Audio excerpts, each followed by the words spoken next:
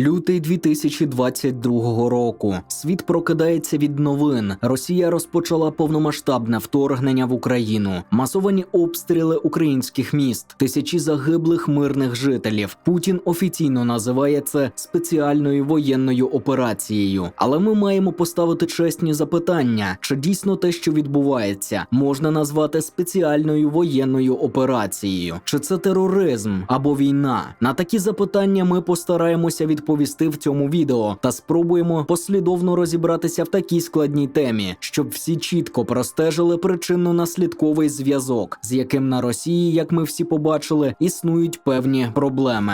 Этот Путин, он Наполеона себе строит. Ему мало земель, пускай до Дальнего Востока там все строить там себе. Есть такой фильм, старый был фильм.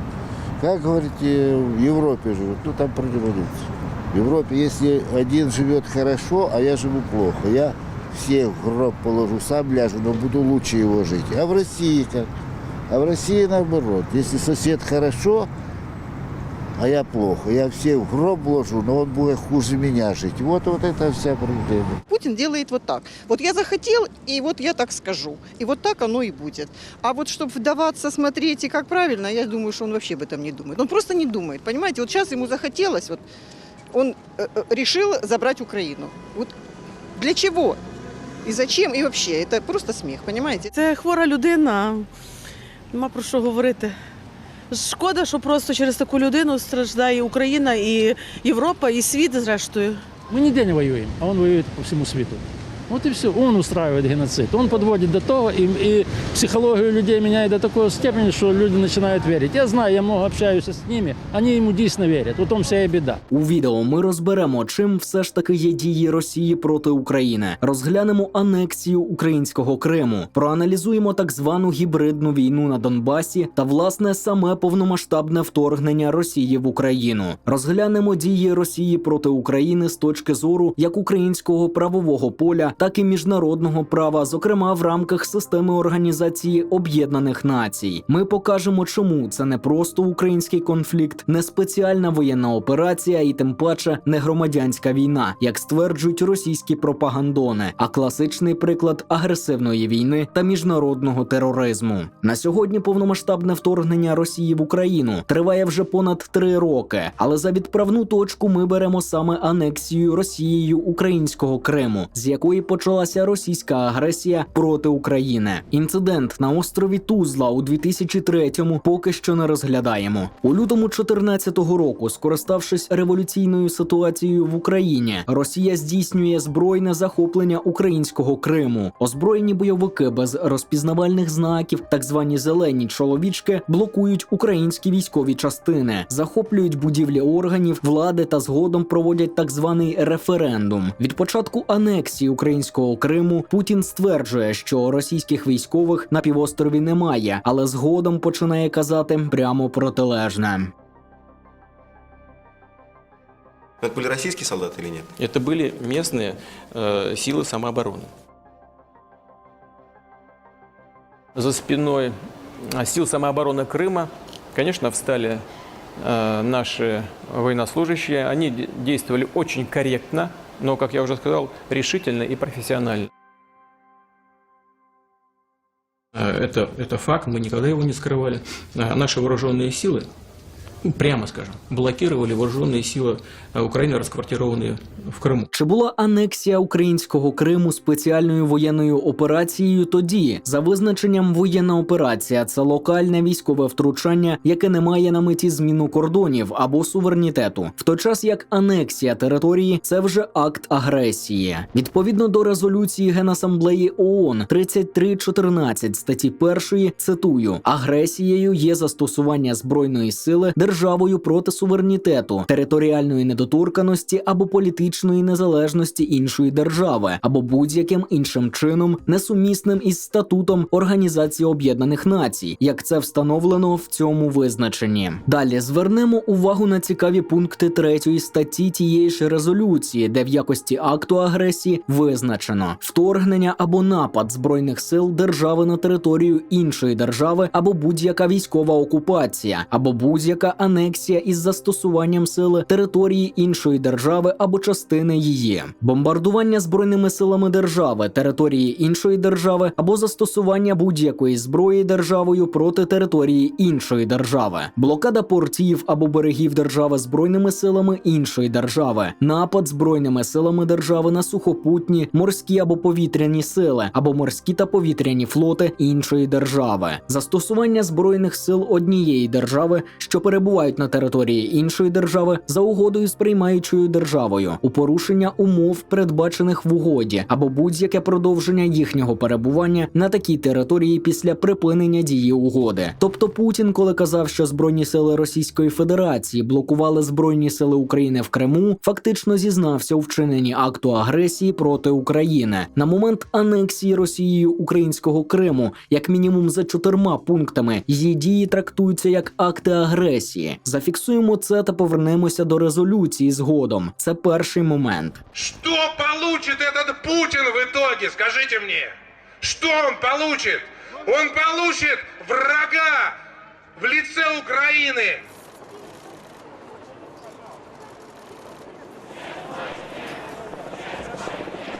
Всю дорогу меня спрашивают, а зачем ты пришел на этот марш? Марш мира и свободы. Зачем? Я говорю, потому что я патриот страны. Потому что я против войны. Я не хочу, чтобы сюда приходили к нам в Москву, в Ярославль, в Нижний Новгород, груз-200. Чтобы наши матери, наши жены и дети плакали. Я не хочу этого. Я считаю, что мы не имеем права в отношении дружеской страны так себя вести. Это подлость, это наглость, а главное, это во вред России. Я долго думал, какие есть аргументы у Путина для того, чтобы так себя вести. Хоть какие-нибудь. Самый простой ответ такой. Он больной человек. Он очень психически больной человек. Институт сербского, Кащенко, врачи, санитары, уколы с утра до вечера. Вот что нужно. А потом я подумал, нет, он не просто больной человек. Он еще циничный и подлый человек. Он хочет, используя вот эту операцию по оккупации и аннексии Крыма, хочет править нами вечно. Мы должны сказать «нет» войне. Мы должны сказать «хватит маразму». Мы должны сказать «Россия и Украина без Путина». Россия и Украина без Путина. І последнє. Слава Україні! Другий момент полягає в тому, що до квітня 2014 року, коли Путін офіційно визнав присутність російських військових в Криму, ті не мали жодного офіційного статусу, оскільки, як я вже зазначив раніше, російська влада заперечувала їхню присутність на півострові. Незрозумілі озброєні зелені чоловічки або так звані ввічливі люди розпізнавальних знаків не мали. Тому виникає питання, а чи не були їхні подальші дії актами тероризму? До відповіді на це ми теж повернемося трохи згодом. Після анексії в квітні того ж 2014 року починається так звана гібридна війна на Донбасі. В українському місті Слов'янськ з'являються озброєні групи, які починають захоплення адмінбудівель, в тому числі арсеналів МВС та СБУ. Їх очолює Ігор Гіркін, також відомий як Ігор Стрілков, російський терорист та військовий злочинець. Цей же Гіркін, до речі, перед появою у Слов'янську очолював диверсійний загін під час російської інтервенції до українського Криму, організовував збір кримських депутатів для призначення так званого референдуму в Криму, а також командував штурмом фотограметричного центру в Сімферополі. Я не увидел, к сожалению, никакой поддержки органов государственной власти в Симферополе, где я конкретно находился. Не увидел. Не было ее. Депутатов собирали ополченцы, чтобы загнать их в зал, чтобы они приняли. Чего уж там говорить-то. Да, я був одним із командирів цих ополченців. У відповідь на появу незрозумілих озброєних бойовиків на той момент виконуючий обов'язки президента України, спікер Верховної Ради Олександр Турчинов розпочинає антитерористичну операцію для протидії терористичній загрозі та збройним захопленням. Підкреслимо важливий момент. А то було оголошено після вторгнення бойовиків на чолі з Гіркіним та захоплення ними адмінбудівель і арсеналів. Захоплення територій незрозумілими незаконними збройними формуваннями через насильство, викрадення, катування та вбивство мирних жителів, підриви мостів і терор місцевого населення підпадають під визначення такого слова, як тероризм, або під визначення терористичний акт. Щоб не бути голослівними, звернемося до Закону України про боротьбу з тероризмом. Розділ 1, стаття 1, цитую: «Тероризм – суспільно небезпечна діяльність, яка полягає у свідомому, цілеспрямованому застосуванні насильства шляхом захоплення заручників, підпалів, убивств, тортур, залякування населення та органів влади або вчинення інших посягань на життя чи здоров'я ні в чому невинних людей або погрози вчинення злочинних дій з метою досягнення злочинних цілей». Далі йде посилання на Кримінальний кодекс України, статтю, в якій описується кримінальна відповідальність за терористичні акти, а саме, цитую: «Застосування зброї, вчинення вибуху, підпалу чи інших дій, які створювали небезпеку для життя чи здоров'я людини, або заподіяння значної майнової шкоди чи настання інших тяжких наслідків, якщо такі дії були вчинені з метою порушення громадської безпеки, залякування населення, провокації воєнного конфлікту, міжнародного ускладнення або з метою впливу на прийняття рішень» і таке інше. Далі найцікавіше. В 2014 році російська влада категорично заперечувала присутність російських військових на Донбасі, незважаючи на численні докази та свідчення. Российский цифровой камуфляж. Если посмотреть, можно увидеть производство ООО «Батпром», город Казань, Россия. Це наші брати. Да. Братский народ пришел. Братський народ до нас у гості. Сбербанк России. Его бронежилет. Березин. Еще рядовой. Перед вами российская снайперская винтовка ближней дистанции до 400 метров ВСС «Винторез». Это оружие есть только в России. Это пуля от этой винтовки. Это боеприпас.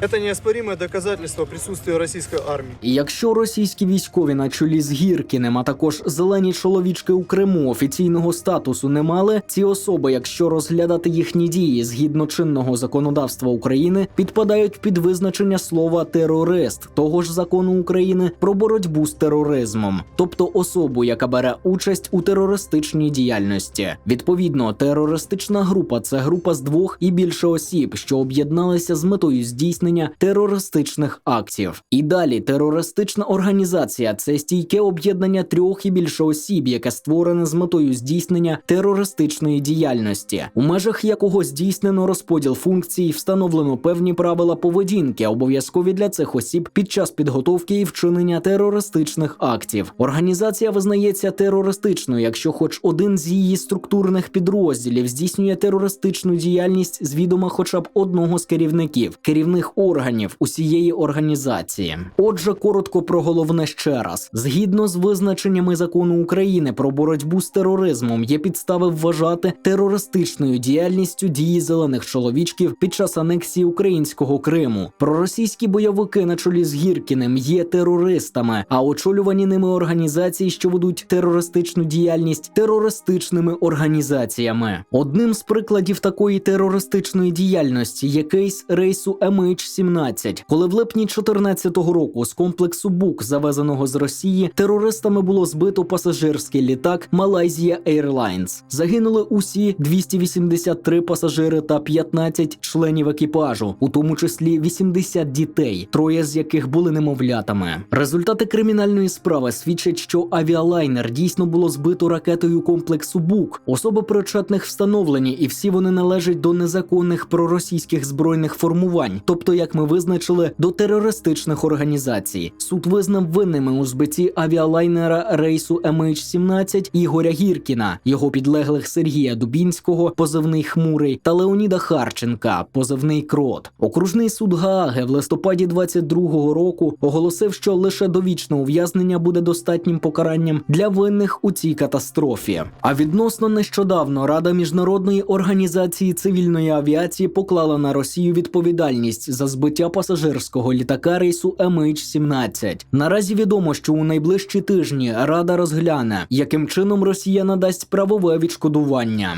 Власне, яка подія передувала катастрофі літака рейсу MH17 в липні? У травні проросійські бойовики провели так званий референдум, на якому ставиться питання, чи підтримуєте ви акт про державну самостійність Донецької Народної Республіки. А до цього у квітні ця ж Донецька Народна Республіка проголошує так звану незалежність. І якщо, як відомо, Дубінський на момент катастрофи літака рейсу MH17 перебував у складі спецпідрозділу ГРУ Росії, Гіркін був проголошений так званим міністром оборони ДНР, а Харченко – командиром одного з підрозділів так званої ДНР, то виходить, що ДНР є ніщо іншим, як терористична організація, а її діяльність можна розцінювати як терористичну діяльність. За цією ж логікою, терористичною організацією є і так звана ЛНР, або ж Луганська Народна Республіка. Далі відбуваються не менш трагічні події, які суттєво вплинули на ситуацію на сході України в цілому. Серпень 2014 року, момент істини. Успішні контрнаступальні дії української армії. На горизонті вимальовується нищівний розгром проросійських терористів. У нас идет борьба за независимость, которая продолжается уже многие годы. Наши предки ее выбивали, погибая, проливая кровь. Сейчас народ Украины должен это осознать, в конце концов подняться больше духом своим. А дух украинцев очень силен. И мы, собственно, победим. Господь на нашей стороне. 18 серпня українська армія заходить до Іловайська. Впродовж декількох днів тривають запеклі бої за місто. Аж доки 24 серпня державний кордон України не перетинають регулярні частини армії Росії, які заходять у тил українській армії. Утворюється той самий Іловайський котел. До 28 серпня з російською стороною обговорюється маршрут виходу українських військ з Іловайську по Зеленому коридору. Колони, що виходили під час руху, були підступно розстріляні російською армією. Після Іловайської трагедії підписуються так звані перші Мінські угоди, внаслідок яких українська армія зупиняє наступ на Донбасі та переходить до оборони. Приблизно в той же час, без погодження з Україною, Росія починає надсилати ДНР так звані гуманітарні конвої. Під виглядом гуманітарної допомоги проросійським терористам Росією систематично поставляється зброя та інші ресурси, які підживлюють так звану гібридну війну на Донбасі, аж до повномасштабного вторгнення Росії в Україну 24 лютого 2022 року. Що це, як не спонсорування тероризму? Розглянемо резолюцію 1373 Радбезу ООН, одну з найважливіших після подій 11 вересня 2001 року. Пункт 1 зобов'язує держави запобігати та припиняти фінансування терористичних актів, передбачає кримінальну відповідальність за умисне надання або збір коштів для вчинення терористичних актів, передбачає блокування коштів та інших фінансових активів або економічних ресурсів осіб, які вчиняють або намагаються вчинити терористичні акти або беруть участь у вчиненні терористичних актів, забороняє громадянам або будь-яким особам та організаціям на своїй території надавати будь-які засоби, фінансові активи чи економічні ресурси для використання в інтересах осіб, які вчиняють або намагаються вчинити терористичні акти, або сприяють чи беруть участь у їх скоєнні, організацій, які прямо чи опосередковано перебувають у власності або під контролем таких осіб, а також осіб та організацій, які діють від імені або за вказівкою таких осіб. Пункт 2 резолюції 1373 також зобов'язує держави утримуватися від надання в будь-якій формі підтримки організаціям або особам, замішаним у терористичних актах, зокрема шляхом припинення вербування членів терористичних груп і ліквідація каналів постачання зброї терористам. Також держави зобов'язані вжити необхідних заходів з метою запобігання вчиненню терористичних актів, зокрема шляхом раннього попередження інших держав за допомогою обміну інформацією. Тобто, розумієте, коли Путін перед початком повномасштабного вторгнення в Україну в своєму монолозі душевно хворого розкрив світу свої плани, це він так попередив всіх заздалегідь, що вчинить терористичні акти по відношенню до України. І так усе й сталося. Йдемо далі.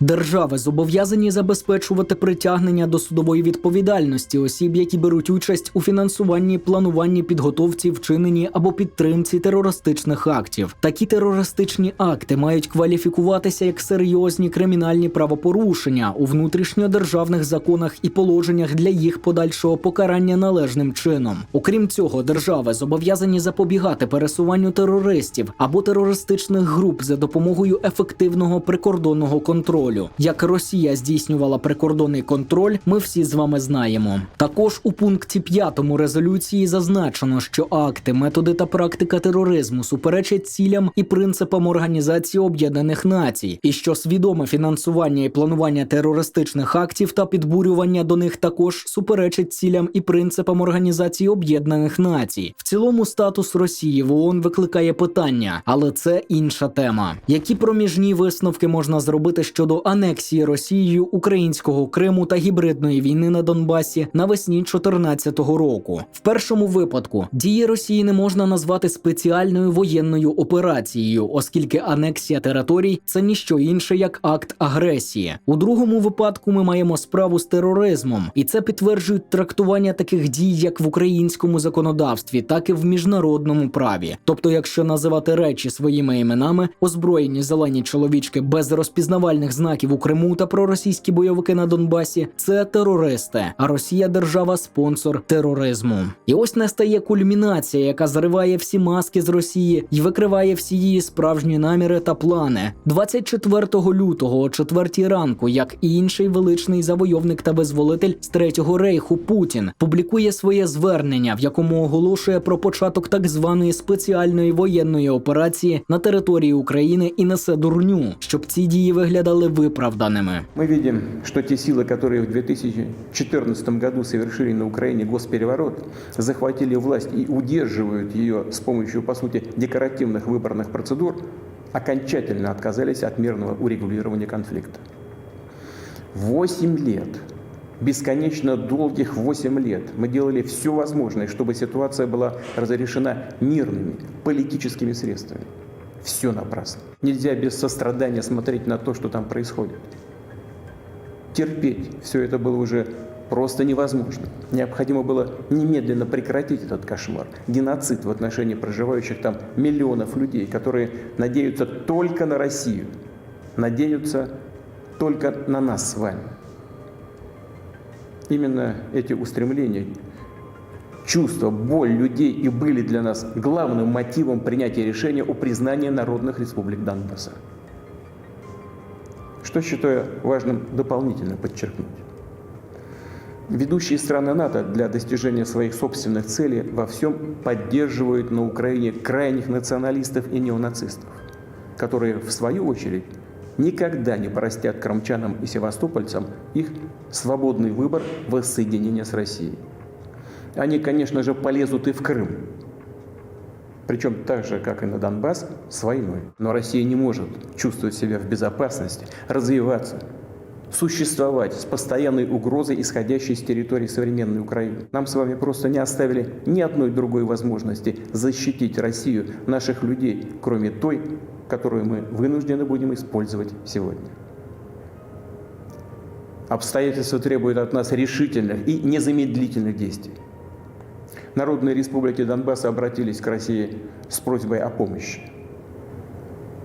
В связи с этим, в соответствии со статьей 51 части 7 Устава ООН, санкции Совета Федерации России и во исполнение ратифицированных Федеральным собранием 22 февраля сего года договоров о дружбе и взаимопомощи с Донецкой Народной Республикой и Луганской Народной Республикой, мною принято решение о проведении специальной военной операции.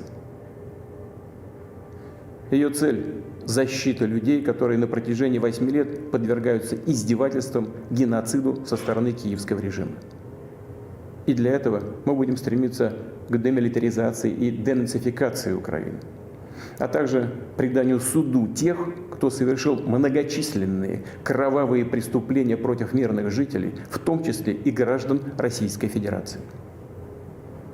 При этом в наши планы не входит оккупация украинских территорий. Мы никому и ничего не собираемся навязывать силой. Но это не противоречит высоким ценностям прав и свобод человека, исходя из тех реалий, которые сложились на сегодня за все послевоенные десятилетия. Также не отменяет право нации на самоопределение, закрепленное в статье 1 Устава ООН. Напомню, что ни при создании СССР, ни после Второй мировой войны людей, проживавших на тех или иных территориях, входящих в современную Украину, никто никогда не спрашивал о том, как они сами хотят обустроить свою жизнь.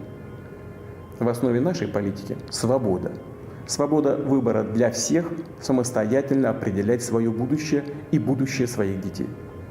И мы считаем важным, чтобы этим правом выбора могли воспользоваться все народы, проживающие на территории сегодняшней Украины. Все, кто этого захочет. Путін 8 років від анексії українського Криму і до повномасштабного вторгнення так хотів вирішити всемирними засобами, що не втримався і напав на Україну.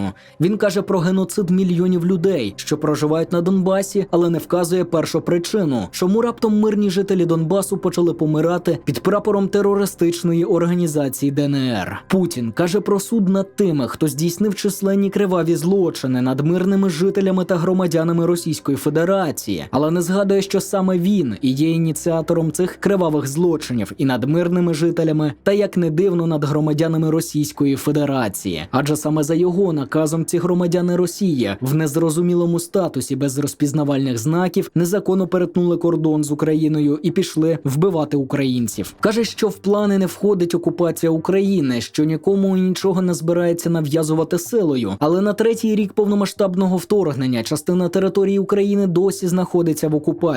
А на так званих мирних переговорах з боку Росії озвучуються ще більш ідіотські вимоги, які точно до нікому і нічого не збирається нав'язувати силою, не мають жодного відношення. Путін так завзято розказує, що в основі його політики свобода вибору для всіх, самостійно визначати своє майбутнє. Згадує про право на самовизначення, закріплене в статуті ООН. Та є прецедент, який геть розбиває всю цю брехню про так звану свободу вибору. Росія так поважала свободу вибору, так поважала право на самовизначення націй, що не втрималася і почала вторгнення в Чечню. А все через страх прецеденту відділення. Бо хто знає, якби тоді Чечня дійсно здобула незалежність, чи не було б це прикладом і для інших регіонів Росії. Можливо, тоді б Росія не була найбільшою країною у світі, а список країн поповнили ще з десяток країн в минулому регіонів Росії. І тоді б Путін не ніс маячню про свободу вибору самостійно визначати своє майбутнє. В цілому, якщо проаналізувати дії Росії та висири Путіна, от просте одне питання ламає повністю всю брехню про геноцид, про те, що Україна полізе на Донбас з війною, про загрозу, що виходить з території України, про те, що вторгнення – це якісь там вимушені дії. Якби Росія не розпочала анексію українського Криму, якби Росія не полізла з війною на Донбас, якби не провела повномасштабне вторгнення в Україну, чи був би той геноцид, ті жертви та руйнування? Я думаю, відповідь тут очевидна та однозначна. Не існує жодних причин, які б виправдовували все це.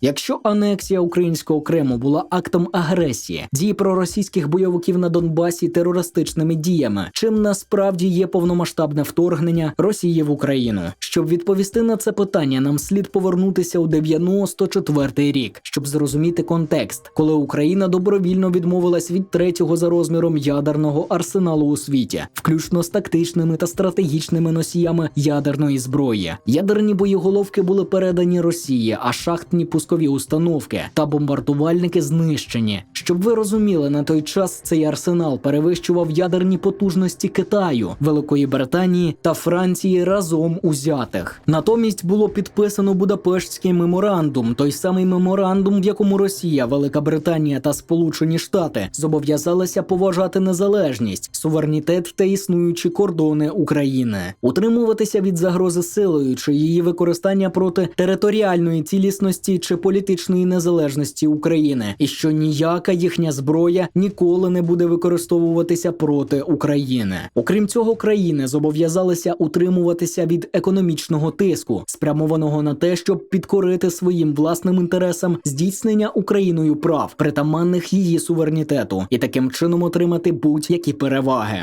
Росія своїми діями порушила всі ключові пункти Будапештського меморандуму. Свої дії міжнародний злочинець Путін обґрунтував низкою маніпулятивних та брехливих аргументів, вигадками для легітимізації війни. Він заявив, що метою є захист людей, які типу піддавалися знущанням та геноциду з боку України, при тому, що жодного підтвердженого факту геноциду з боку України не існує та не існувало ніколи. Путін заявив про демілітаризацію та денацифікацію України, при тому, що в Україні нацистського режиму теж не існує. Більше того, Україна засуджує нацизм як ідеологію, як це робить весь цивілізований світ. В Україні заборонена символіка нацизму, його пропаганда та виправдання злочинів нацизму. В Україні передбачена також і кримінальна відповідальність за публічне заперечення або виправдання злочинів нацизму, виготовлення та поширення його символіки. Тому пропагандонські висери про нацистів в Україні – дурня собача і ніщо інше. Це яскравий приклад радянського стилю пропаганди, який штучно приписував ворогу ідеологію нацизму, бо це болюча та тригерна тема для всього світу після закінчення Другої світової. Особливо для тих країн, які стали жертвами та понесли великі втрати в тій війні, зокрема і для Росії. Боротьба з фантомом колись поваленого ворога і те саме горизвісне бажання повторити є однією з причин, чому особливо вразливі категорії людей ведуться на такі вкиди пропаганди реваншизму з телеекранів. Якщо на Росії до всирачки кричать, що тоді Радянський Союз переміг у тій війні, нащо тоді пропагується реваншизм? Це ж притаманне тим, хто програв, чи не так? З іншого боку, коли з телеекранів пропагандони верещать про нові війни, про відновлення втрачених позицій, про повернення історичних територій, що це як не реваншизм?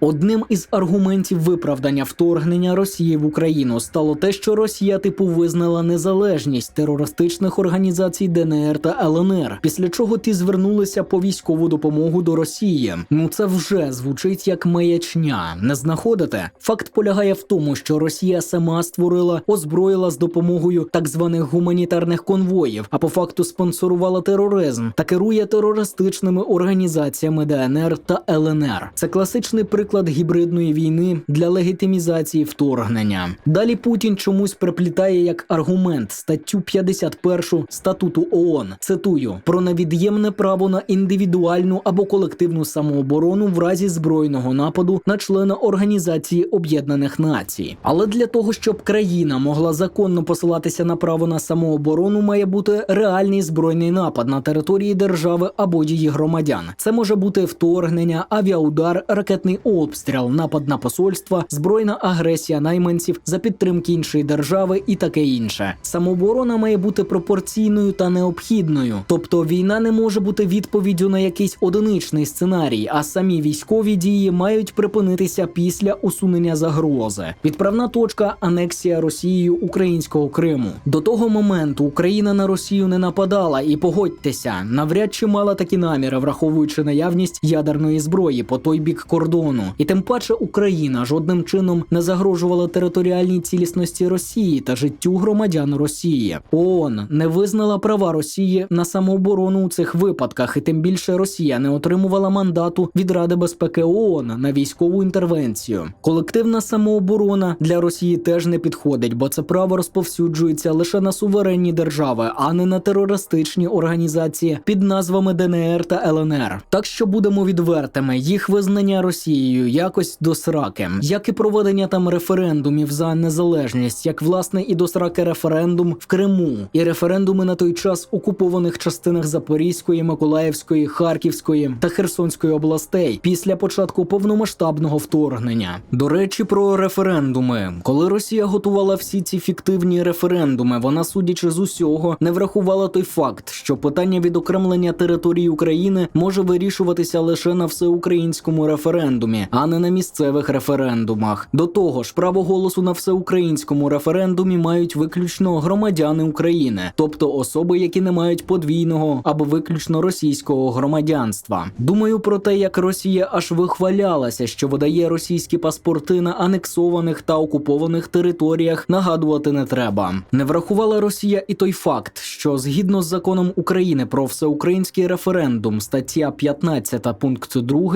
всеукраїнський референдум щодо зміни території України призначається Верховною Радою України. Саме Верховною Радою України, а не призначеними Росією гауляйтерами. Пункт 3. Всеукраїнський референдум за народною ініціативою ініціативою проголошується президентом України. Ні Верховною Радою, ні президентом України всеукраїнські референдуми не призначалися ні в 2014 році, ні в 2022. Тобто в межах українського правового поля референдуми, які проводила Росія, юридичної сили не мали від слова взагалі. Отже, те, що відбувається сьогодні, Путін називає спеціальною воєнною операцією, але по факту маємо анексію та окупацію українських територій, геноцид українського народу, порушення статуту ООН та міжнародного права. До тероризму, який здійснювала та здійснює Росія руками терористичних організацій ДНР та ЛНР, приєднується інший термін – агресивна війна. Саме під цей термін підпадають дії Росії після 24 лютого 2022 року. Агресивна війна – це війна, розв'язана без законних підстав та конкретний випадок агресії у вигляді збройного конфлікту або війни, розв'язаної без правових підстав, тобто, як ми вже визначили, війни без санкцій Радбезу ООН. А про право на самооборону годі й говорити, коли саме Росія і розпочала агресію проти України. Агресію нічим не спровоковану, несанкціоновану та незаконну. І це і є першопричиною всього – початок агресії Росії проти України. Саме поняття «агресивна війна» було введено після Другої світової війни у процесах над нацистськими лідерами на тому самому Нюрнберзькому трибуналі, як злочини проти миру, тобто планування, підготовка або ведення агресивної війни, або іншими словами війни агресії. Пропоную вам переглянути наступний доволі тривалий, але необхідний фрагмент з відео російського адвоката Івана Миронова та письменника Бориса Миронова, так би мовити, на подумати. Якщо потрібно, ви можете увімкнути функцію показу субтитрів. После 10-го года мы как-то о Нюрнбергском процессе вообще перестали говорить. Сегодня, когда в воздухе вот пахнет глобальной войной, и посмотри, сколько военных конфликтов на планете, я заинтересовался, а чем же заняты сегодня юристы? Потому что у нас Нюрнбергский процесс интересует в первую очередь как с юридической точки зрения, что он наработал. Это же был не просто процесс, суд. И даже слово «судилище», которое некоторые рьяные эти патриоты используют, ничего подобного. Это был настоящий суд-трибунал, к которому и для участия, и в подготовке были привлечены лучшие юристы тогда стран-победительниц. Лучшие. И они вырабатывали профилактику новых войн. Вот к этому мы обязательно вернемся. А почему я почему я ссылаюсь? Потому что я посмотрел, залез и посмотрел, так пробежал. А чем сегодня заняты юристы? Юридическая мысль, на что она работает? Иван Борисович, прости, что обижаю твоих коллег, но они такой ерундой сегодня занимаются. С таким упоением проходят эти международные конференции. И они обсуждают гоняют эти пустые, значит, нравственные аспекты, развития, мораль. Знаете, они затылком встали к сегодняшнему дню. Вот такое ощущение, что твои коллеги живут вот в этой изолированной среде. Я не нашел ни одну конференцию, которая бы отвечала проблемам сегодняшнего дня, а именно возможности развязывания новой большой глобальной войны. И, кстати, мы говорим локальная война. Я потом процитирую, вряд ли сразу найду, я процитирую Нюрнбергский процесс, где говорилось о том, что локальных войн не бывает. Любая локальная война приводит к большой войне. И когда в 2010 году, это к предстоящему у нас с тобой разговору, очень важно процитировать два документа. Это Государственной Думы и Совета Федерации. Они нам очень будут пригодятся. Вот что из постановления Государственной Думы 2010 года. Ну, тоже юбилейный год, 65 лет он тогда отмечался. Решения Нюрнбергского трибунала не теряют своей актуальности сегодня. Любые попытки их пересмотра, отрицания или искажения должны рассматриваться как нарушение общепризнанных принципов и норм международного права, как очевидное противодействие воле Организации Объединенных Наций. И далее, цитирую, «Всем ответственным лидерам политических сил всегда надо помнить, Нюрнбергский трибунал категорически подтверждает, что не может быть оправданий соучастию в преступлениях против мира, в военных преступлениях и преступлениях против человечности». Конец цитаты. И тогда же в 2010 году, в связи с 60-летием начала работы в Нюрнберге Международного трибунала, он начал работать в ноябре 1945 года, свое заявление принял Совет Федерации. Цитирую, наш высший законодательный орган.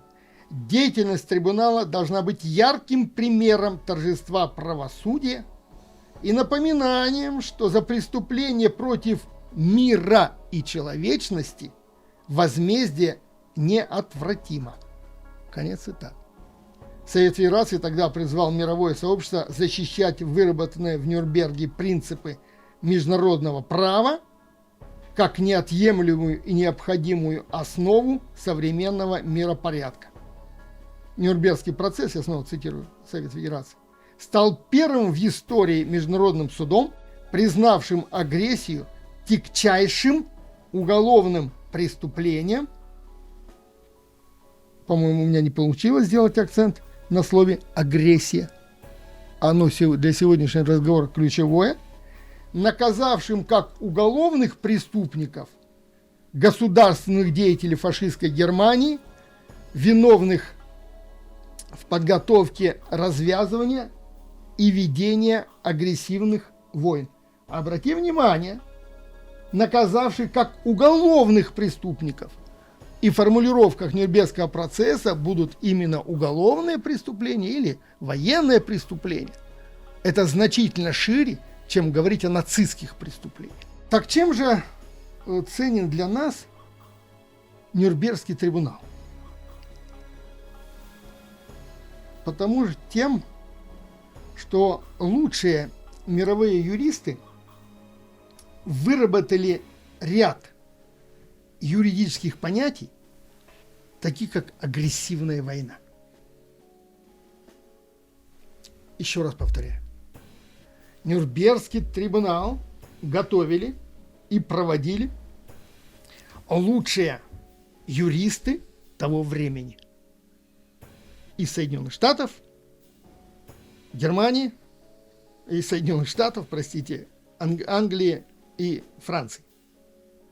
Я бы вот здесь приостановился назвать лучших юристов Советского Союза, потому что за плечами тех, кто сокрушал, энергично выступал и клеймил этих военных фашистских преступников, за плечами были десятилетия кровавой расправы с собственным народом. Это трибуналы, которые были здесь, в стране советской, эти многочисленные приговоры, концлагеря и так далее. Кстати, насчет защиты.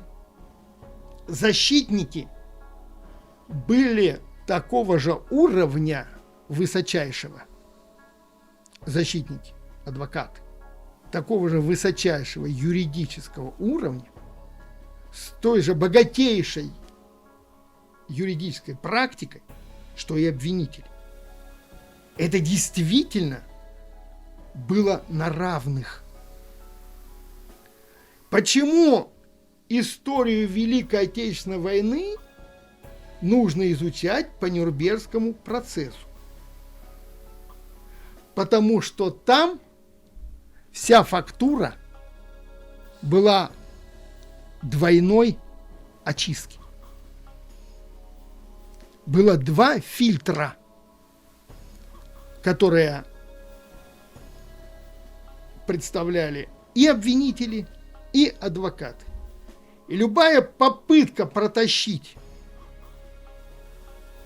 свидетельские показания, ссылаться, которые нельзя доказать, и не пустить свидетеля под перекрестный допрос, они отметались трибуналом. То есть решения Нюрнбергского трибунала, да, они непоколебимы, раз. Совершенно верно. И мы их ни в коем Не случае не подлежат оспариваем. пересмотру, оспариванию, И отметанию. мы сейчас фактически погружаемся и говорим о том, что в итоге привело к приговору Нюрнбергского трибунала. То есть мы сейчас говорим о том ходе судебного следствия, финалом которого стал приговор в отношении военных преступников. Да, жесточайший приговор, когда приговорили не к расстрелу, что было бы для военных преступников нормально, да? А их приговорили к повешению. А это еще помимо смерти, это еще самая унизительная процедура – быть повешенным. Ведь многие из них обратились с ходатайством, чтобы их приговорили к расстрелу. Еще ведь очень любопытно прозвучавший на Нюрнбергском процессе принцип Нюрнбергского процесса. Я цитирую не адвоката, я цитирую американского обвинителя Томаса Дода. Это тоже светило. Я цитирую документы Нюрнбергского процесса. Все мы принципиально возражаем преследованию любого человека за то, что он думает. В этом заключается отношение трибунала. Принцип работы Нюрнбергского трибунала. Мы не за мысли судим. Мы судим за конкретные действия, ставшие военными преступлениями. Анализ, который делали юристы, формулировки той же агрессивной войны,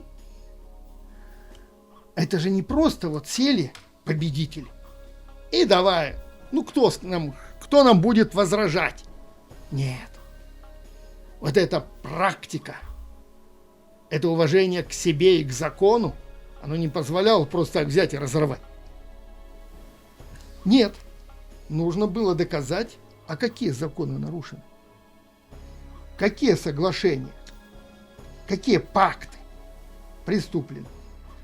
И вот в основу были заложены выработки устава Нюрнбергского процесса.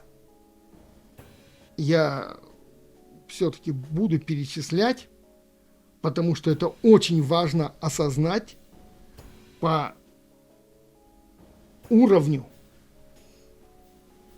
достоверности, правовой достоверности, юридической Нюрнбергского трибунала. Был Женевский протокол 1924 года о мирном разрешении международных конфликтов. Его подписали 48 государств, которые объявили, что агрессивная война является международным преступлением. В 1927 году 8-я сессия Лиги наций единодушным решением представителей 48 государств объявила, что агрессивная война является международным преступлением против человечества. Это все подступы были тогда к самому процессу. На что опирался трибунал? Не на право победителей судить побежденных, нет, а на прочную международную основу. Но до этого-то была еще Гаагская конвенция 1899 года, по мирному урегулированию международных разногласий. По мирному урегулированию международных разногласий. 1899 год. Вот откуда идут истоки. Конвенция 1907 года, которая усилила вот эту первую конвенцию. Дальше начинается Буэнос-Айресская конвенция декабря 26 года. В феврале 28 года 6-я Панамериканская конференция. Ты чувствуешь, какую волну вызвала Первая мировая война? Когда ужас Первой мировой войны заставил включиться в работу по предупреждению будущих войн. Дальше Генеральный пакт о мирном урегулировании международных споров. Дальше Локарнский договор от 16 октября 25 года о мирном урегулировании международных споров. И вот все они объявляли агрессивную войну преступлением против человечества. Появился термин «беззаконность войны». Парижский пакт или пакт Бриана Келлога, иначе называют 28 года, об отказе от войны к 1939 году подписали более 60 стран. И вот какие остроги выставлял международное право, чтобы не допустить развязанные войны. Парижский пакт, например, запрещал государствам оказывать любую помощь или поддержку агрессорам.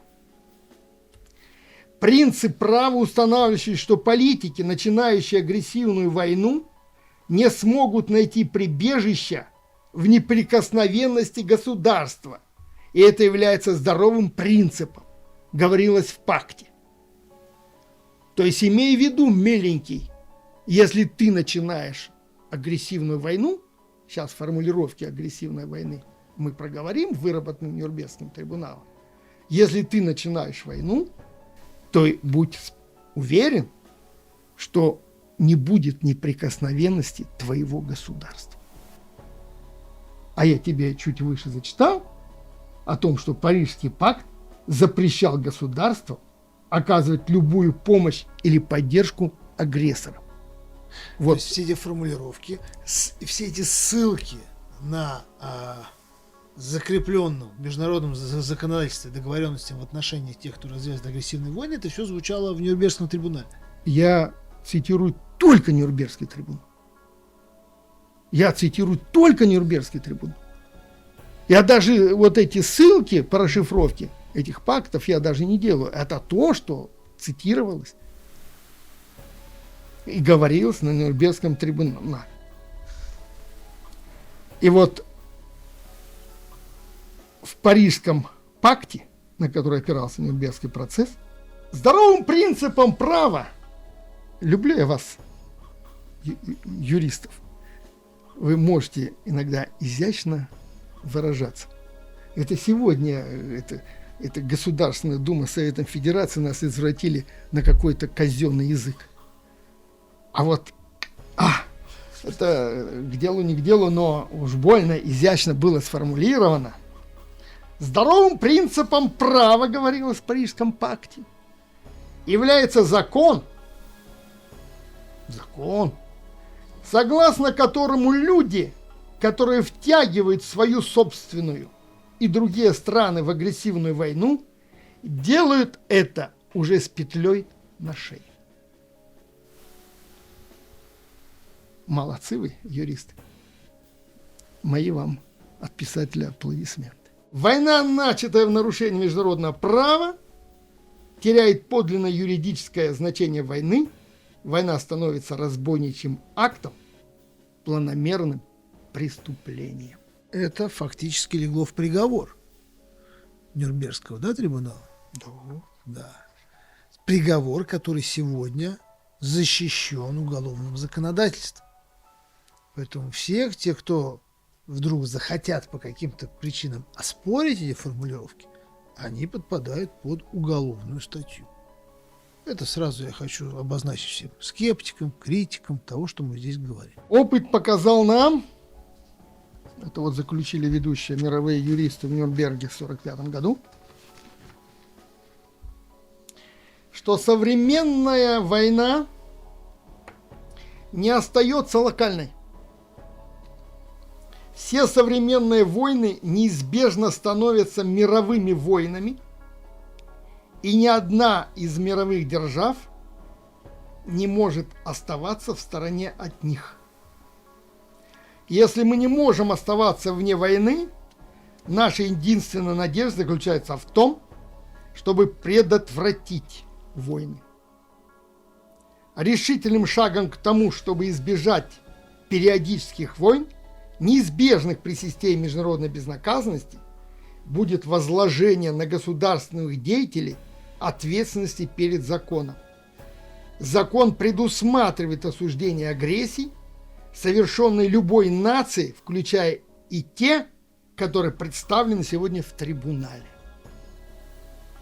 Ты представляешь, как это звучало?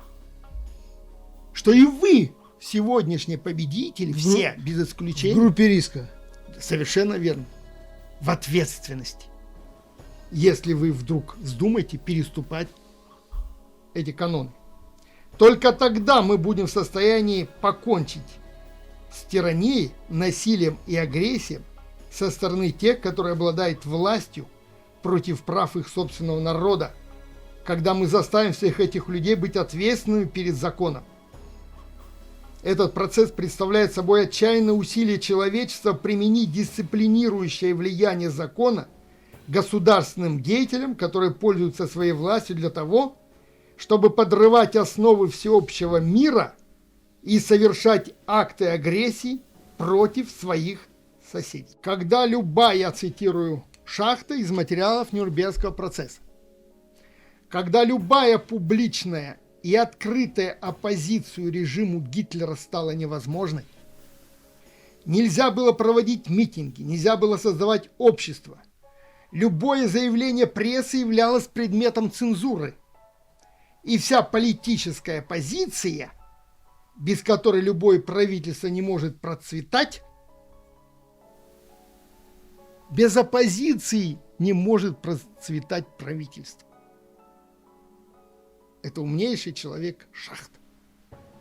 Предотвращалось Гитлером путем политики террора. Истоки агрессивной войны. И тогда переходим к понятию, а что ж тогда является агрессивной войной. Агрессором считается страна, которая с объявлением, без объявления войны, неважно, нарушила границы другого государства. Вот основное понятие агресора. І ось тут варто ще раз згадати ту саму статтю 51 статуту ООН про право на самооборону, в чому суттєва різниця між правом на самооборону для України та правом на самооборону для Росії. Саме Росія в цій ситуації є агресором. Вона веде агресивну війну проти України, влаштовує терористичні акти на території України та фінансує терористичні організації ДНР та ЛНР. Анексія українського Криму, так звана гібридна війна на Донбасі та повномасштабне вторгнення в Україну – це першопричини, а не наслідки. Україна ж навпаки, в силу своїх можливостей, законно реалізує свої права на самооборону. Тому волання російської пропаганди всяких там Захарових, Медведєвих і Лаптєвих, коли на Росії вибухає черговий завод з виробництва чогось, чим Росія тероризує Україну, що діє у відповідь законні, це чергова брехня та маніпуляція. Дії Росії у відповідь – це акти агресії та тероризм, яким абсолютно не може бути жодних виправдань. У сукупності агресивна війна, тероризм та підтримка терористичних організацій з боку Росії становлять глобальну загрозу миру. Ці дії не лише підривають міжнародну правову систему, засновану на статуті Організації Об'єднаних Націй, але й створюють найнебезпечніший прецедент безкарності, який може бути використаний іншими авторитарними режимами. Відсутність рішучої міжнародної реакції може призвести до того, що принцип суверенітету перестане існувати взагалі, як і повага до міжнародного права у всьому світі. На цю ж тему справедливо висловився канцлер Німеччини Фрідріх Мерц. Пропоную вам переглянути відео його виступу в Бундестазі. Воно німецькою, але за потреби ви можете увімкнути функцію показу субтитрів. Unsere Freiheit durch die Gegner und die Feinde unserer liberalen Demokratie so sehr angegriffen wie selten zuvor. Russland hat mit allen Regeln gebrochen, die wir für unser Zusammenleben in Europa seit dem Ende des Zweiten Weltkriegs und mehr noch seit der Überwindung der europäischen Teilung gemeinsam aufgeschrieben haben. Seit mehr als 3 Jahren schon wütet der russische Angriffskrieg in der Ukraine. Russische Truppen töten und morden täglich Frauen und Kinder, Zivilisten und Soldaten. Hunderttausende Opfer hat dieser Krieg gefordert, auch auf russischer Seite. Dieser Krieg, meine Damen und Herren, liebe Kolleginnen und Kollegen, und sein Ausgang entscheiden nicht nur über das Schicksal der Ukraine. Der Ausgang dieses Krieges entscheidet darüber, ob auch künftig Recht und Gesetz gelten in Europa und der Welt oder Tyrannei, militärische Gewalt und das nackte Recht des Stärkeren. Як можна підсумувати все сказане в цьому відео? Які висновки зробити? Те, що відбувається сьогодні на території України, це не якийсь там український конфлікт, не громадянська війна, не спеціальна воєнна операція, а щоденний тероризм, цілеспрямована агресивна війна на винищення України та її народу. Це першопричина. Україна захищається, тому на Росії час від часу почали вибухати нафтобази, заводи, що виготовляють дрони та іншу техніку, якою Росія щодня тероризує Україну. Вибухають склади та цілі арсенали. Це не випадковість і не збіг обставин, це закономірний наслідок, якого, погодьтесь, не було б, якби не першопричина. Тому українських атак без причини просто не буває. Наслідки російської агресії повертаються їй сторицею. На жаль, попри очевидність подій, світ не робить достатньо. Допомога надається, але дозовано та з довгими затримками. Україну закликають до переговорів, але потрібен компроміс. Міжнародні корпорації ніби і вийшли з ринків Росії, але досі намагаються всидіти на 2 стільцях. Така млява позиція лише сприяє продовженню війни. Зупинити агресора, що безкарно вбиває, його зупинить лише сила та рішучість. Готовність діяти попри будь-які погрози. Ордер на арешт Путіна за незаконну депортацію та примусове переміщення українських дітей, виданий Міжнародним кримінальним судом у Гаазі, це, звісно, добре, але це лише один епізод з численних злочинів, таких як тероризм, спонсорування тероризму або найтяжчого злочину проти миру – ведення агресивної війни. По кожному з цих злочинів є величезна доказова база та численні покази свідків. Проте питання, чому наразі існує лише ордер на арешт Путіна за незаконну депортацію та примусове переміщення українських дітей, залишається відкритим, як і питання, чому ДНР та ЛНР на міжнародному рівні досі не визнані терористичними організаціями, як і питання, чому державу-агресора, терористів та військових злочинців досі не покарано, як це декларує міжнародне право. Історія вчить нас: потурати агресору значить стати співучасником. Та чи навчився цього світ? Теж питання. А що ви, шановні глядачі, думаєте з цього приводу? Залишайте свої коментарі, ставте вподобайку та підписуйтесь на канал.